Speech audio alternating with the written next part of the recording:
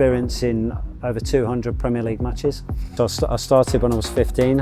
As I say, as an organisation, as a sport, I think we pride ourselves on being very outward looking. Away from the table, there's a real sense that there's a creativity and an ambition. As someone who's got an interest in all sport, that's something that's really exciting. The 25-26 season starts now, and this year members get priority access to WTT Star Contender London and the ITTF World Team Table Tennis Championships London 2026. Sign up for membership now at tabletennisengland.co.uk. So Stuart, introduce yourself and just tell us a bit about you. Okay, I'm Stuart Attwell. I'm a Premier League football referee. I've been working in the Premier League since 2016. Got experience in over 200 Premier League matches. Probably for me, my career highlights are being VAR in the Europa League Final, refereeing the Carabao Cup Final and the FA Cup Final, which took place in 2025 this year. So Stuart, thank you for inviting us to Stockley Park to talk not about football, and you're known to millions, I guess, as a Premier League referee, but to talk table tennis because you're on the delivery board for the ITTF World Team Championships in London next year. So tell us how that came about and what your role is. Thank you. And first of all, welcome to Stockley Park. It's great to be here with you. Okay, so my role with the Event Delivery Board has come about partly because as an organisation we're quite outward looking. We look to develop partnerships and working relationships with other sports. The opportunity came up probably about a year to 18 months ago, and through some previous contacts that I had with people in the sports industry, one of whom was taking the stewardship of the Event Delivery Board, Ed Warner.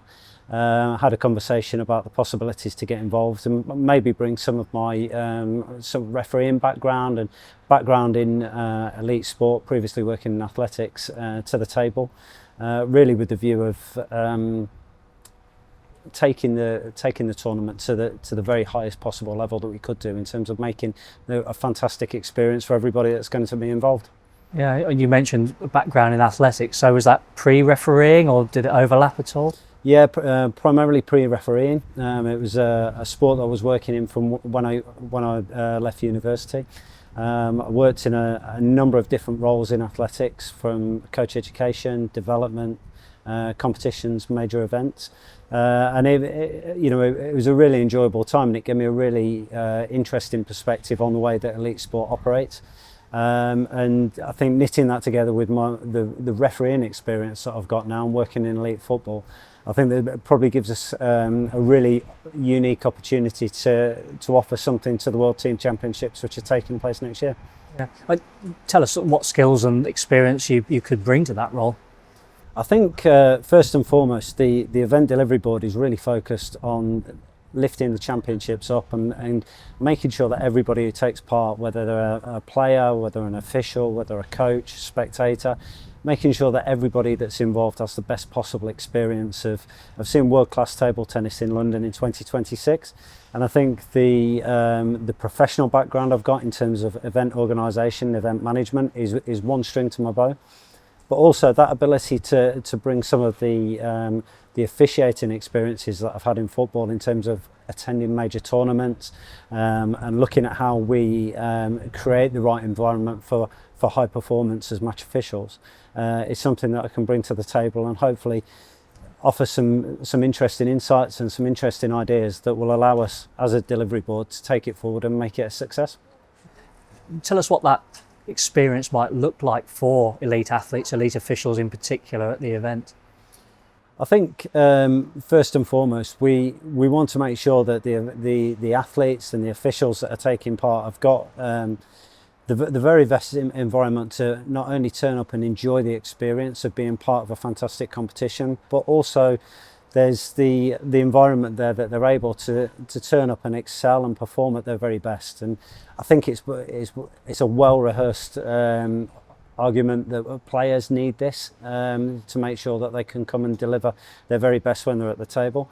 But I think as well we need to look beyond that and look at some of the support staff that make the tournament happen. So from my point of view, technical officials and coaches are probably an underexplored area, and some of the insights and experience I've had will hopefully be useful to help shape that moving forward.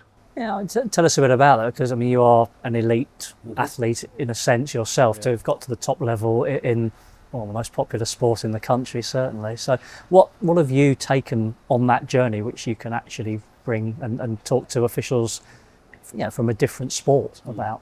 I think it's less about sharing the experiences directly, but I think it's about understanding the environment that's required to deliver a good performance as a technical official. And I think understanding that the idea of being away from home, being in a hotel, being in a competition environment, and trying to make that environment as conducive as possible to delivering good performances in your officiating role. So I think understanding the idea of good nutrition, as a supportive environment to prepare, and also after competition analyse performances are really important. And I think it's things like that, little features, small attention to detail issues that probably make the difference and will help us to elevate the competition from being something that is very consistent with what's seen everywhere else in the world, but to take it on and make sure that the officials are enjoying a real top quality environment to work in. Yeah. Is it something, just the sports sort of live in silos sometimes and don't talk to each other? How important is it? What can different sports take from each other?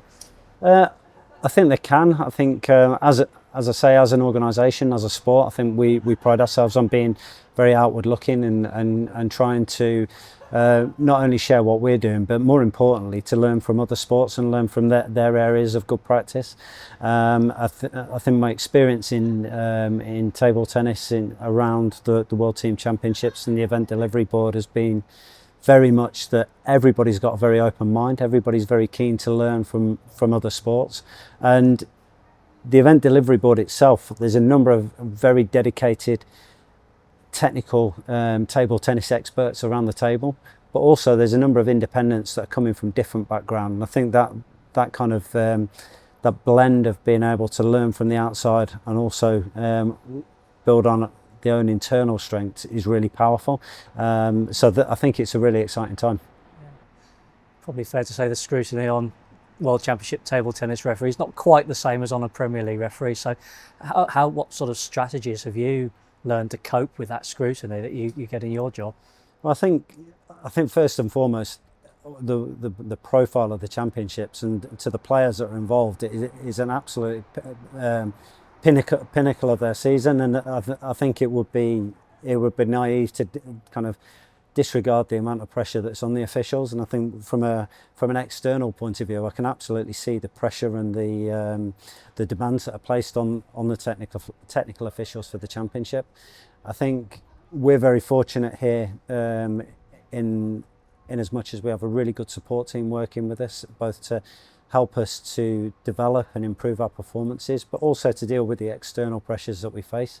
There's a lot to be said for the experience that you gain as you come through a sport, and I know that's no different in table tennis, because the officials that are working at the top level will have been exposed to numerous high-level competitions, numerous challenging situations, and I think collectively as officials we're part of the same community, and we're very much stronger for those experiences that we face.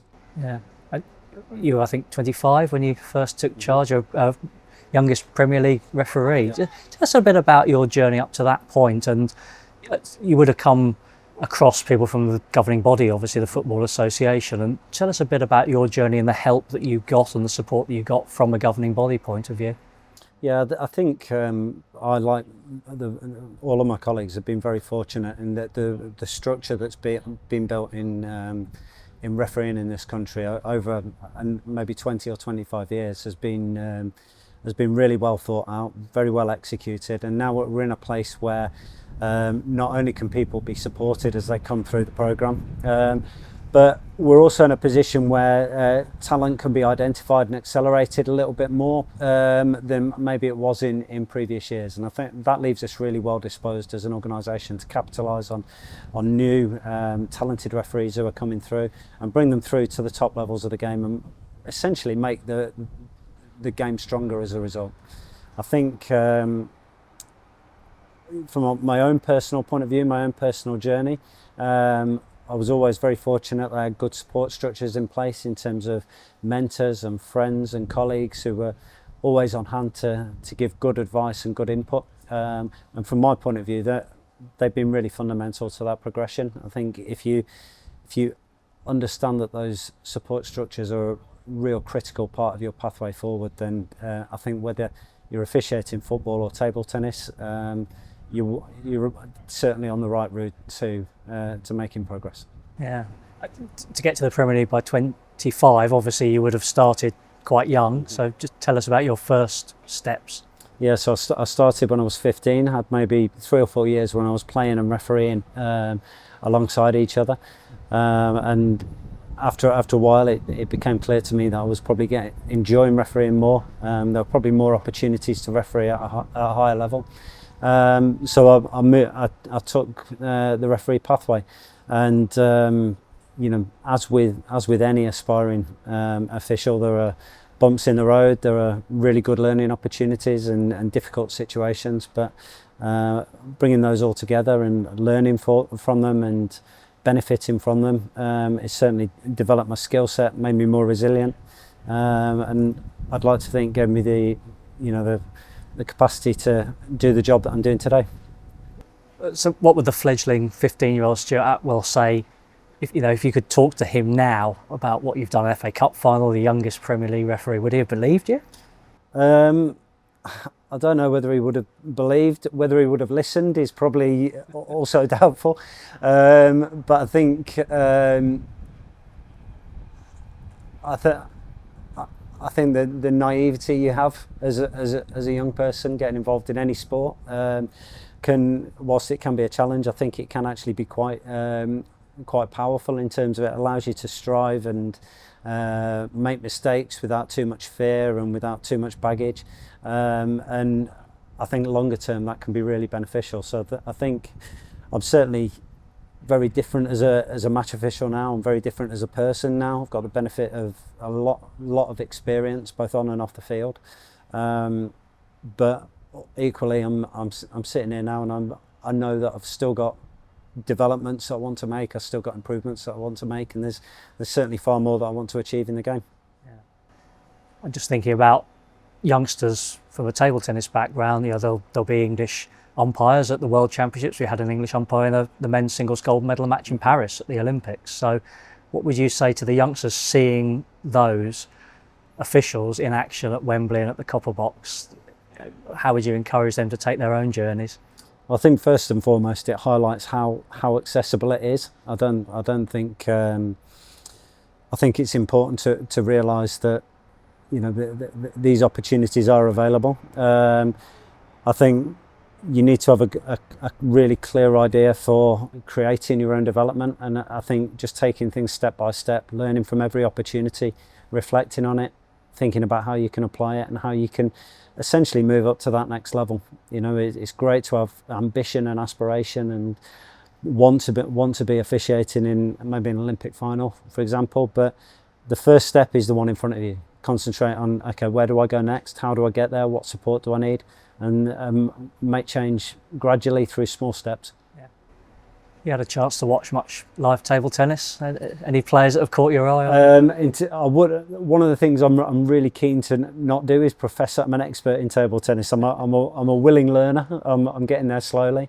I've seen some of the star contender events. Saw a little bit of the event in Slovenia a couple of weeks ago, and one of the things that has really captured my interest about the sport is from an actual playing point of view. It's obviously a fast, exciting, dynamic sport, but also away from the table, there's a real sense that there's a creativity and an ambition and a desire to do things in a really forward-thinking and adventurous manner. And for me, as someone who's got an interest in all sport, that's something that's really exciting and allows you to really kind of harness your enthusiasm for it. So I'm looking forward to learning more and continuing to become a little bit better informed about the sport as I go on.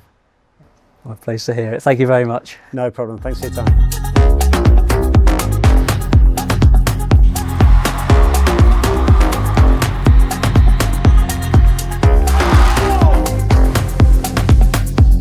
London 2026, back where it all began.